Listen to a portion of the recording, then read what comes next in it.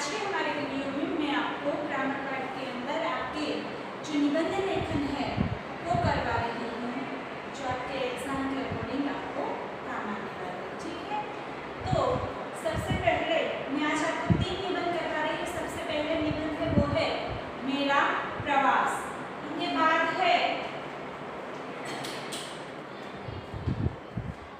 26 जनवरी और है होली आएगी, जो अब होली आने का, अब फागुन महीने में होली आएगी फागुन के अंदर। तो ये तीनों निबंध मैं आज आपको करवा रही हूँ। तो सबसे पहले मैं आपको करवा रही हूँ मेरा प्रवास। तो यहाँ हम अपने प्रवास के अंदर जो भी आपने प्रवास किया है, जो भी जगह आप घूमने गए हैं, उनके बारे में भी लिख सकते हैं। पर मैं यहाँ आज आपको माउंट आबू के बारे में बता रही हूँ। माउंट आबू का प्रवास जो किया हुआ है बच्चे ने, उनके बारे में मैं आपको यहाँ बात कर रही हूँ। तो सबसे पहले अगर आप किसी प्रवास का वर्णन कर रहे हैं, उनके बारे में लिख रहे हैं, तो आपको उनके अंदर क्या क्या लिखना चाहिए, तो ये बातें आपको ध्यान में रखनी है। प्रवास के बारे में जब आप लिखते हैं तो यात्रा की इच्छा कब हुई, क्यों हुई, आबू पहुंचना, विविध दर्शनीय स्थान और वापसी, वहां आप किस तरह से पहुंचे, फिर वहां क्या क्या आपने देखा, वहां देखने लायक कौन कौन सी चीजें हैं, और फिर आप वापस कैसे आए, वहां किस तरह से पहुंचे। ये सारी चीजें आपको अपने प्रवास वर्णन के अंदर लिखनी है। आपने जो प्रवास किया वहां तक आप पहुंचे कैसे, तो वो सारी बातें आपको पहले इनके अंदर आपको बतानी है, ताकि आपका जो निबंध है वो एकदम अच्छी तरह से आप प्रस्तुत कर सके, अच्छी तरह से लिख सके, और इनके हिसाब से आपको पॉइंट्स भी याद रह जाएंगे कि अब इनके बाद इनकी अंदर आपको क्या लिखना है और कौन कौन सी चीजें लिखनी है। ठीक है, तो सबसे पहले यात्रा की इच्छा क्यों हुई, तो सबसे पहले यात्रा की इच्छा इसलिए होती है कि पर्वतों के बारे में उन्होंने बहुत कुछ सुन रखा है। हिल स्टेशन जो है वहाँ गर्मियों में ज्यादातर लोग घूमने जाते हैं, क्योंकि वहाँ हिल स्टेशन के ऊपर गर्मियाँ कम लगती है, वहाँ का जो एटमॉस्फेयर है वो एकदम ठंडा रहता है, इसलिए गर्मी कम लगती है और घूमने के लिए भी बहुत सारी चीजें वहाँ हो जाती है। तो हमारा टाइम अच्छी तरह से वहाँ कट जाता है, हम अच्छे माहौल में अपने कुछ दिन बिता पाते हैं और बहुत सारी चीजें नई नई हम देख भी पाते हैं, और वहाँ का जो प्राकृतिक सौंदर्य होता है पर्वतों का, वो भी हमें देखने में बड़ा ही मजा आता है। तो आज मैं आपको मेरे प्रवास के अंदर माउंट आबू का प्रवास की वर्णन करूंगी, उनके बारे में मैं बताऊंगी। तो सबसे पहले मैंने पहाड़ों के बारे में बहुत सुना था, उनके चित्र भी देखे थे, परंतु किसी पहाड़ को प्रत्यक्ष देखने का मौका नहीं मिला था। पिछले ग्रीष्मावकाश में मेरी यह इच्छा भी पूरी हो गई। क्या कहता है एक बच्चा जो अपनी बात बता रहा है, वो कहता है कि मैंने पहाड़ों के बारे में बहुत सुना था, पर कभी पहाड़ देखे नहीं थे, मैं कभी वहां गया नहीं था। तो पिछले साल ग्रीष्मावकाश, मैंने अभी आपको कहा ना कि गर्मी, ग्रीष्म की ऋतु जब आती है, गर्मी की ऋतु जब आती है, तो वो कहता है कि उस बार मेरी ये इच्छा भी पूरी हो गई और मैं पहाड़ पे चला गया। तो वहां वो कैसे पहुंचा, तो कि मैं अपने माता पिता के साथ माउंट आबू गया था। आबू रोड स्टेशन तक हमने रेल द्वारा सफर किया। आगे की यात्रा के लिए हम राजस्थान परिवहन निगम की जो बस होती है उसके अंदर गए। क्या कहते हैं, वो अपने माता पिता के साथ आबू घूमने गया था, फिर आबू रोड तक, वहां रेलवे स्टेशन, रेलवे जो है ट्रेन है, ट्रेन से वो आबू रोड तक पहुंचे, फिर वहां से आगे आबू के ऊपर, पर्वत के ऊपर जब जाना था, तो वहां से उन्होंने राजस्थान की जो परिवहन निगम की जो बस होती है उसको हायर किया और वो बस में वहां से गए। फिर आगे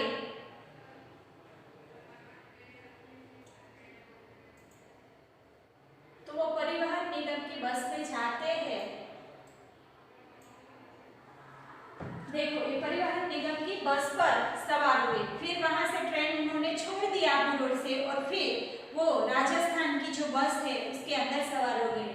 माउंट आबू है और राजस्थान के अंदर स्थित है, इसलिए वहां राजस्थान की बस है परिवहन निगम की, उनके अंदर जो गवर्नमेंट बस होती है हमारी, उसी तरह वो उस बस में चढ़ गए परिवहन निगम जो प्रवासियों को लेकर जाती है। दूर से आबू पर्वत की झलक मिली तो मेरा दिल उछल पड़ा। बस का सर्पाकार पहाड़ी मार्ग भी दर्शनीय था। दाएं बाएं की सुंदर घाटियों को देखते देखते हम माउंट आबू पर पहुंच गए। क्या कहता है कि दूर से ही उसने आबू का नजारा देख लिया। वो पर्वत है वो दूर से ही दिखाई दे रहा है, कि आप जानते हैं ना पर्वत तो बड़े बड़े ऊंचे होते हैं, तो उसको देखकर ही उनका दिल उछल पड़ता है, अंदर से वो खुश हो जाता है उसका नजारा देख के। और आबू के ऊपर जाने का जो रास्ता है वो भी सर्पिलाकार रास्ता है, सर्प के जैसा, इधर उधर सीधा रास्ता नहीं होता, पर्वतों के ऊपर टेढ़े मेढ़े रास्ते हैं। तो वहां से पहाड़ी मार्ग पर वो भी नजारा, वहां पहुंचने का रास्ते का, वो सब कुछ दर्शनीय था, बहुत ही सुंदर नजारा था, उनको देखने का बहुत ही अच्छा मौका उनको मिला था कि सुंदर घाटियों को देखते देखते हम माउंट आबू पहुंच गए। इसी तरह वो माउंट आबू पहुंच गए उनको देखते देखते ही। वहां हम एक होटल में ठहरे। भोजन और विश्राम के बाद हम माउंट आबू के प्रसिद्ध देलवाड़ा मंदिर देखने गए। वहां की भव्य कला ने हमें मोहित कर लिया। जेठानी देवरानी के मंदिर ने तो हमारा दिल ही जीत लिया। अगले दिन हमने क्या कहते हैं कि वहां होटल में वो लोग ठहरते हैं, फिर फ्रेश होकर घूमने जाते हैं और वहां देलवाड़े के जो देरे होते हैं, वो जो देवरानी और जेठानी का मंदिर है वहां, उसके अंदर इतनी अच्छी नक्काशी की हुई है, कला, उनकी कलाकृति जो है वो देखने लायक है। वो सारा का सारा मार्बल से बना हुआ मंदिर है और उनके अंदर कारीगरों ने इतना अच्छा काम किया है कि सारे मंदिरों को देखना बहुत ही सुंदर लगता है और बहुत ही अच्छी नक्शी की हुई उसके अंदर देखने को मिलती है। तो वो देवरानी और जेठानी का मंदिर वो लोग देखने पहले जाते हैं, फिर दूसरे दिन वो लोग वहां से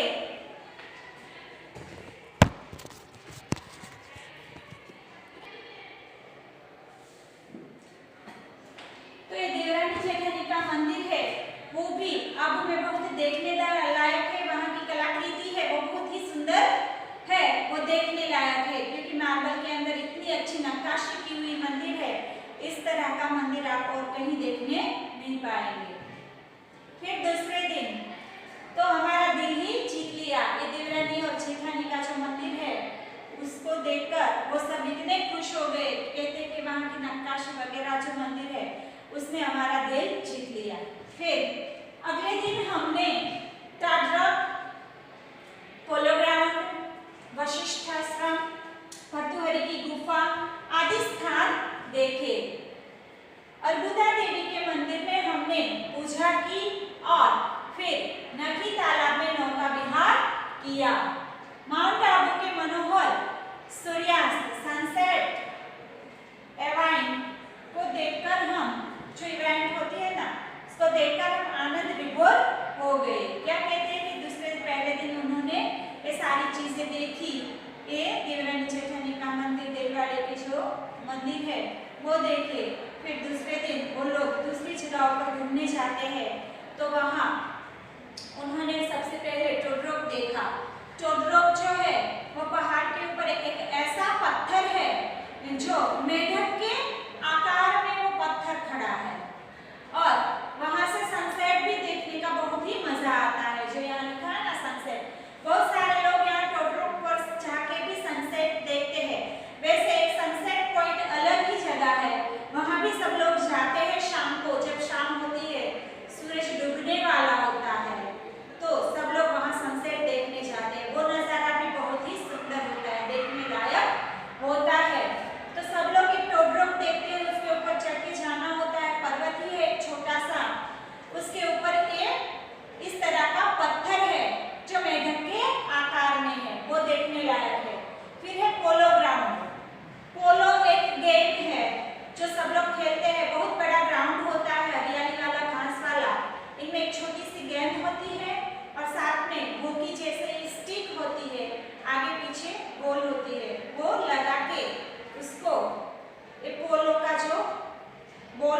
गेंद जो होती है वो उस हॉल में डालनी होती है।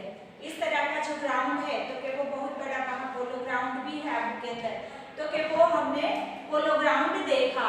फिर इनके बाद वशिष्ठ आश्रम जो था वो आश्रम भी उन्होंने देखा। फिर भर्तृहरि की गुफा है वहाँ एक, तो वो गुफा भी सब बच्चों ने मिलकर वहाँ देखी। अपने माता पिता के साथ वो भी वहाँ उसने देखी।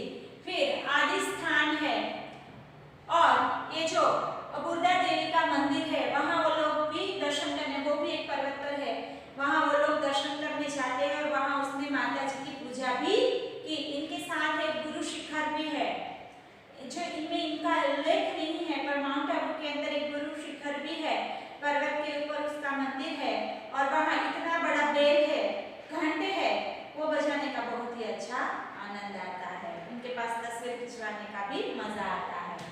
तो वो गुरु शिखर में भी देखने लायक चीज है, वहाँ चढ़ना उतरना ये सब भी एक एंजॉयफुल है सब।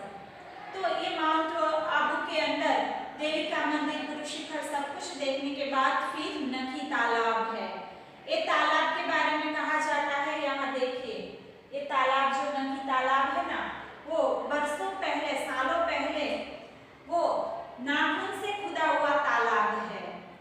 इनमें एक राक्षस था और उसका नाम है भूल गई, तो उसने ये सारा तालाब है वो अपने नाखून से खोद कर बनाया हुआ है, इसलिए उसका नाम नखी तालाब पड़ा है। तो ये नखी तालाब है, उनके अंदर भी सैलानी जितने आते हैं वो सैलानी नौका विहार वहाँ करते हैं, सबको नौका विहार का वहाँ आनंद मिलता है और सब एंजॉय करते हैं। तो ये था आबू का प्रवास और फिर लास्ट में सब सनसेट पॉइंट को जाते हैं और वहाँ सनसेट का मजा लेते हैं। सूर्य जब डूबता है तो किस तरह से वो जाता है वो वहाँ अच्छी तरह से देखने को मिलता है, हमें देखने का बड़ा ही मजा आता है। तो माउंट आबू के 2 दिन के इस प्रवास से हम भरपूर ज्ञान और मनोरंजन मिला। क्या कहते हैं कि माउंट आबू का 2 दिन का प्रवास था, पर 2 दिन में इतना आनंद मिला और इतनी कुछ जानकारी मिली तो कि भरपूर ज्ञान भी मिला, उनके साथ मनोरंजन भी मिला। तो कभी भी हम कहीं भी प्रवास करते हैं तो वहाँ के बारे में जानने का हमें बहुत ही अच्छा मौका मिलता है और इस तरह से हम अपने ज्ञान की बढ़ोतरी कर सकते हैं। तो ये था आपका पहला निबंध, मेरा प्रवास, जिसके अंदर हमने माउंट आबू की बात की। अब आगे है दूसरा, आई होली रे।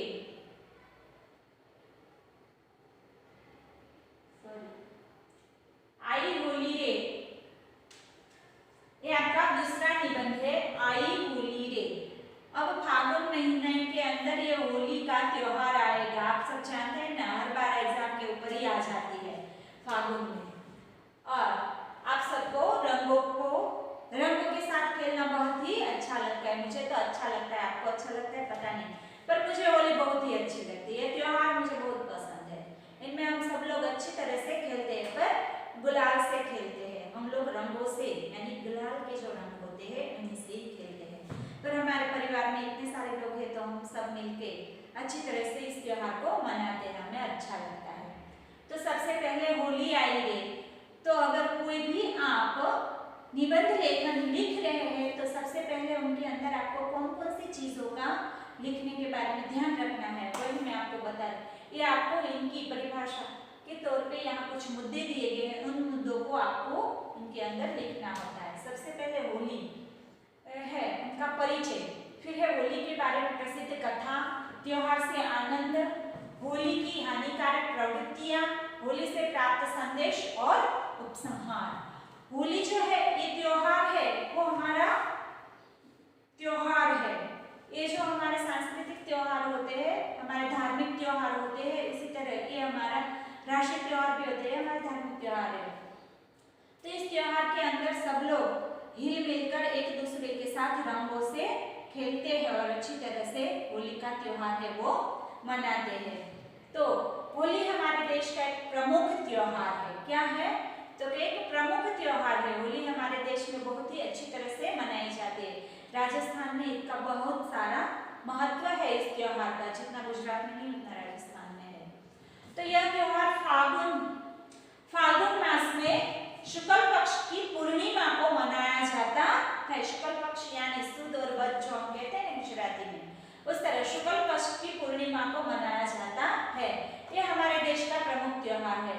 होली के बारे में भक्त प्रहलाद की कथा प्रचलित है। प्रहलाद के पिता, आपने ये कथा सुनी होगी प्रहलाद और होलिका की। ये कथा बहुत ही प्रसिद्ध है।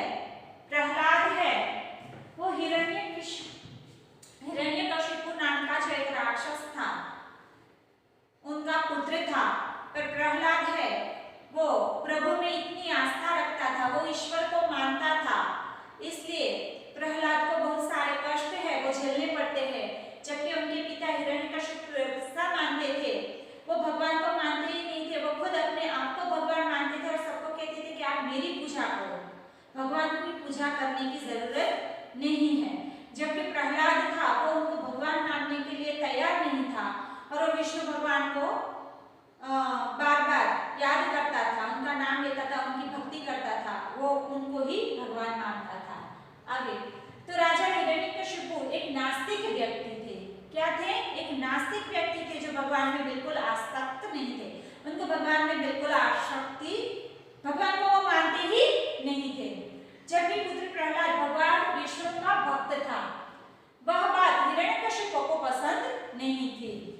मैंने आगे कहा ना कि प्रहलाद है वो भगवान विष्णु को बहुत मानता था, पर उनके पिता को यह बात मंजूर नहीं थी कि वो किसी को भी कोई भी भगवान को माने, क्योंकि वो खुद एक आस्तिक थे, वो किसी भगवान में मानते नहीं थे। इसलिए उसने प्रहलाद को आग में जला देने का निश्चय किया। हिरण्यकशिपु की बहन होलिका को वरदान मिला हुआ था जिससे आग उसको नहीं जला सकती थी। भाई के आदेश पर होलिका प्रहलाद को गोद में लेकर चिता पर बैठ गई। क्या हुआ? हिरण्यकशिपु जो है उसकी बहन थी होलिका, तो उस होलिका को ऐसा आशीर्वाद था कि जो अग्नि है, आग जो है वो उसको नहीं जला सकती। भगवान का उसको वरदान था कि किसी भी प्रकार की आग से वो जल नहीं सकती, और उसके पास एक ऐसी चुनरी थी तो वो उसको जला नहीं सकती। इसलिए प्रहलाद को मारने के लिए हिरण्यकशिपु जो उनका बाप है उसने तय किया कि प्रहलाद को जला दिया जाए, और उसने अपनी बहन का सहारा लिया क्योंकि वो विष्णु भगवान की अंदर पूरी आस्था रखता था। इसलिए प्रहलाद को वो जिंदा रखना नहीं चाहता था। उनके पिता उनको मार डालना चाहते थे क्योंकि वो भगवान में बिलीव नहीं करते थे। होलिका है वो प्रहलाद को गोद में लेकर चिता पर बैठ गई और ये तय हुआ, और होलिका है उसको चिता पर बैठा दिया और उसकी गोद में अभी प्रहलाद बहुत छोटा था तो उनकी गोद में उसको बिठा देते हैं, फिर आग जला देते हैं। आग लगने पर होलिका आग में भस्म हो गई और प्रहलाद बच गया। आसुरी शक्ति पर देवी शक्ति की विजय हुई। तभी से होलिकोत्सव का प्रारंभ हुआ। क्या हुआ? आसुरी शक्ति, यानी मैंने कहा ना कि एक राक्षस था और राक्षस का पुत्र था प्रहलाद, तो उनकी बहन भी राक्षसी हुई, तो ये जो आसुरी वृत्ति थी, राक्षसी वृत्ति थी उनकी, वो मर जाती है क्योंकि प्रहलाद है वो अपने प्रभु को याद करता है। जब उनको आग में बिठाते हैं होलिका की गोद में, वो अपने प्रभु का नाम लेता है और वो बच जाता है, और होलिका है वो भस्म हो जाती है, और तभी से ये होलिका त्योहार है वो शुरू हुआ। तभी से ये त्योहार सब लोग मनाने लगे क्योंकि उस समय आसुरी शक्ति जो है उनका विनाश हो जाता है, इसलिए सब उत्सव मनाते हैं। फिर आगे होली के त्योहार की तैयारियां कई दिन पहले शुरू हो जाती है। दुकानें रंगों एवं पिचकारियों से सजाई जाती है। होली जलाने के लिए लकड़ियां इकट्ठी की जाती है। क्या कहते हैं कि होली का त्योहार है वो जब आता है तो उसकी तैयारियां बहुत दिनों पहले शुरू हो जाती है। आपने देखा होगा कि दुकानों के अंदर रंग बेरंगी पिचकारियां हमें देखने को मिलती है। बहुत दिनों पहले पिचकारियां और रंग सब कुछ हम दुकान में देखते हैं।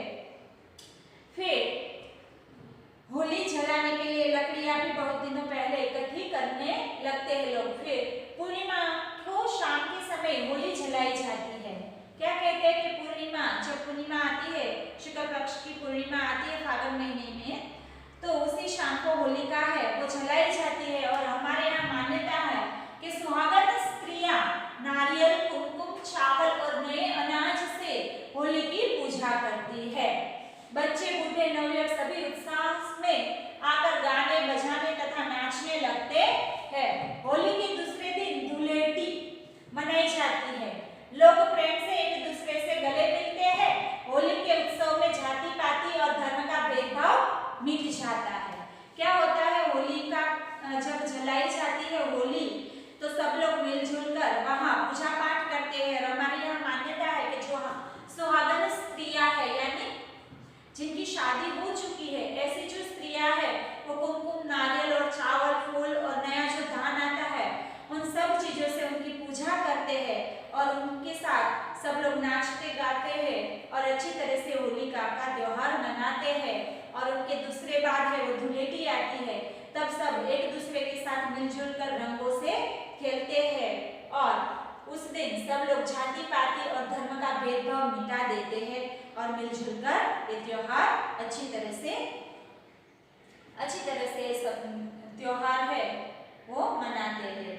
फिर आगे है, होली के अवसर पर कुछ लोग भेद गीत गाते हैं, कुछ लोग रंग के बजाय एक दूसरे पर कीचड़ डालते हैं। हमें इन बुराइयों से बचना चाहिए। क्या कहते हैं कि होली बहुत अच्छा खुशियों का त्योहार है, पर कुछ लोग इन त्योहारों को इस तरह से खेलते हैं कि सबका मन उतर जाता है। तो ये होली का त्योहार है, कभी कभी इनकी वजह से किसी को नुकसान हो जाता है, तो इस तरह से नहीं करना चाहिए। कुछ लोग रंग के बजाय एक दूसरे पर कीचड़ डालते हैं और एक दूसरों की बुराइयों से बचना चाहिए। ऐसी बुराइयां नहीं करनी चाहिए। कीचड़ वगैरह या जो ज्यादा पक्के रंग है वो भी एक दूसरे के ऊपर नहीं छिड़कने चाहिए, क्योंकि इनसे स्किन की प्रॉब्लम हो सकती है, कोई और बीमारियां भी आपको हो सकती है। कभी कभी आप कहीं गिर जाते हैं तो आपको लग जाएगी। तो इस तरह से चीजों से हमें दूर रहना चाहिए, हमें नहीं करना चाहिए, ताकि दूसरों का और हमारा कोई नुकसान ना हो। ये सब त्योहार है वो हमारे त्योहार खुशियां मनाने के लिए है, दुख बांटने के लिए नहीं। खुशियां एक दूसरे के साथ बांटनी चाहिए। वास्तव में होली वसंत ऋतु का रंग बिरंगा त्योहार है। यह हमारे जीवन में उल्लास और प्रेम का रंग भर देता है।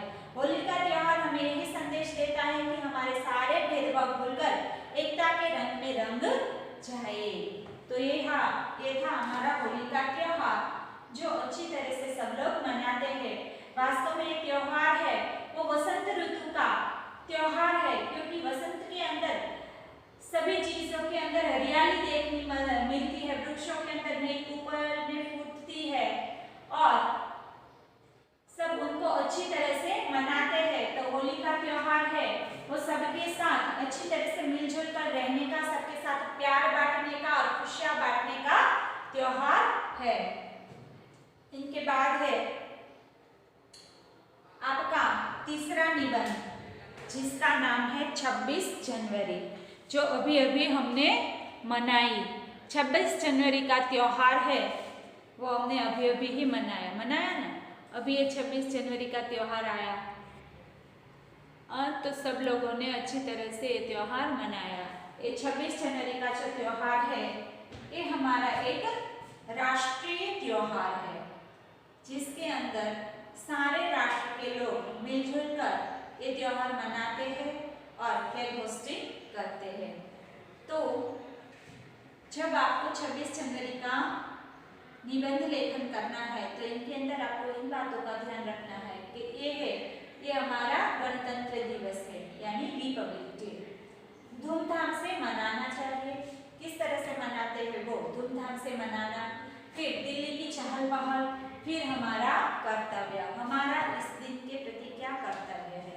आप जानते हैं कि आज़ादी हमें कितनी मुश्किलों के बाद मिली है, फिर हम हमारे त्योहार है वो मना पा रहे हैं। आज 26 जनवरी, 15 अगस्त, ये जो सारे त्योहार है, गांधी जयंती, ये हमारे राष्ट्रीय त्योहार है और ये त्योहार हम तभी मना पाते हैं जब अच्छी तरह से हम सबके साथ एकजुट बनकर रहे और एक दूसरे के काम आए। तो 26 जनवरी भारत का राष्ट्रीय त्योहार है। 15 अगस्त 1947 को भारत स्वतंत्र हुआ। हमारा देश है वो आजाद कब हुआ? तो कि 15 अगस्त 1947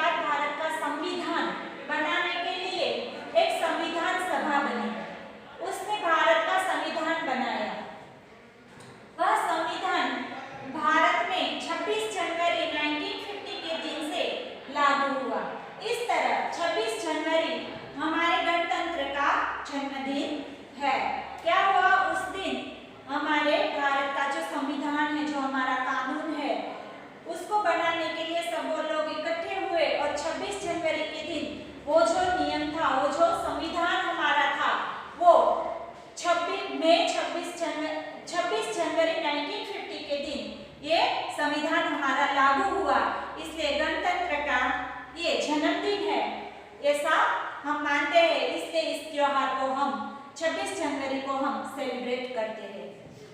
फिर गणतंत्र दिवस भारत में बड़ी धूमधाम से मनाया जाता है। इस दिन सरकारी दफ्तरों और पाठशालाओं में ध्वजवंदन और मनोरंजन के कार्यक्रम होते हैं। आपको पता है ना, आपके स्कूल में भी ऐसे कार्यक्रम होते हैं। और सरकारी दफ्तरों में उस दिन ध्वजवंदन होता है, उसी तरह पाठशालाओं के अंदर भी ध्वजवंदन किया जाता है। उसके साथ रंगारंग कार्यक्रम भी होते हैं और सरकारी दफ्तरों में इनकी छुट्टी भी रहती है। वैसे तो जाना होता है पर कार्य नहीं करने होते, रखे जाते हैं। इस दिन जगह जगह नेताओं के भाषण होते हैं। शाम को बड़े शहरों में सरकारी इमारतों पर रोशनी की जाती है। सभी जो सरकारी इमारतें हैं वहां रोशनी से जगमगा उठती है, तुरंत पता चलता है। और उसके ऊपर फ्लैग भी फहराया जाता है, सरकारी जो इमारतें हैं वहां। इस दिन हमारे देश की राजधानी दिल्ली में खूब चहल पहल रहती है। केंद्रीय कार्यालय और राष्ट्रपति भवन सजाए जाते हैं। सवेरे राष्ट्रपति भवन से जुलूस निकलता है। जुलूस में भारतीय सेनाओं के दस्ते और अलग अलग प्रांतों की सांस्कृतिक झांकियां होती है। यह दृश्य देखने लायक होता है। सारे देश में यह कार्यक्रम दूरदर्शन पर प्रसारित होता है। तो क्या कहते हैं कि हम तो ये त्योहार अपने पाठशालाओं में मनाते ही हैं, पर जो हमारी राजधानी है दिल्ली, उसमें उस दिन बहुत सारी चहल पहल होती है। वहाँ बहुत सारे कार्यक्रम होते हैं। जो दिल्ली के अंदर लाल किला है, वहाँ से हमारे जो बड़ा प्रधान है, हमारे पीएम जो है, वो फ्लैग होस्टिंग करते हैं और वहाँ फिर ये सारे जुलूस निकलते हैं। सवेरे राष्ट्रपति भवन से जुलूस निकलता है। फिर भारतीय सेनाओं के दस्ते, जो हमारी अलग अलग सेना है, थल सेना, वायु सेना, जल सेना, ये सारी सेना है, उनके अलग अलग जो दस्ते यानी उनका जो समूह है वो वहां से निकलते हैं और अपनी सांस्कृतिक झांकियां है वो प्रदर्शित करते हैं। वो सारा नजारा बहुत ही देखने लायक होता है, बहुत ही अच्छा होता है। और सारे लोग, देश में यह कार्यक्रम है वो दूरदर्शन के ऊपर प्रसारित किया जाता है। अभी तो दूरदर्शन के अलावा और भी बहुत सारी चैनलें शुरू हो चुकी है, तो बहुत सारी चैनलों के ऊपर हमें प्रसारण देखते हैं। लाइव वहाँ देख सकते हैं कि वहाँ क्या क्या कार्यक्रम हो रहे हैं। सब लोग मिलकर कितनी अच्छी तरह से अपने कार्य को बजा रहे हैं। अच्छी तरह से हमें दिखाई देता है कि किस तरह से ये लोग त्योहार मना रहे हैं। तो सचमुच 26 जनवरी हमारे लिए गौरव का दिन है। इस दिन हमें अपने देश को ऊंचा उठाने की प्रतिज्ञा करनी चाहिए। तो क्या कहते हैं कि सचमुच 26 जनवरी का जो दिन है वो हमारे लिए गौरव का दिन है, क्योंकि उस दिन हमारा बंधारण तय होता, हमारा संविधान जो है, हमारा कानून है, वो हमने लागू किया था। और इस दिन हमें अपने देश को ऊंचा उठाने की प्रतिज्ञा करनी चाहिए। हम सबको मिलजुल कर अपने देश के लिए अच्छे कार्य करने चाहिए और हमारा देश हमेशा ही आगे बढ़ता रहे, इस तरह की प्रतिज्ञा करनी चाहिए। देश को ऊंचा उठाना यानी उनको आगे बढ़ाना, इस तरह की हम सबको प्रतिज्ञा करनी चाहिए। तो ये थे आपके निबंध लेखन के 3 निबंध। तो आज का हमारा वीडियो बच्चों यहीं तक रहेगा। अगले वीडियो में फिर मिलेंगे। Thank you student.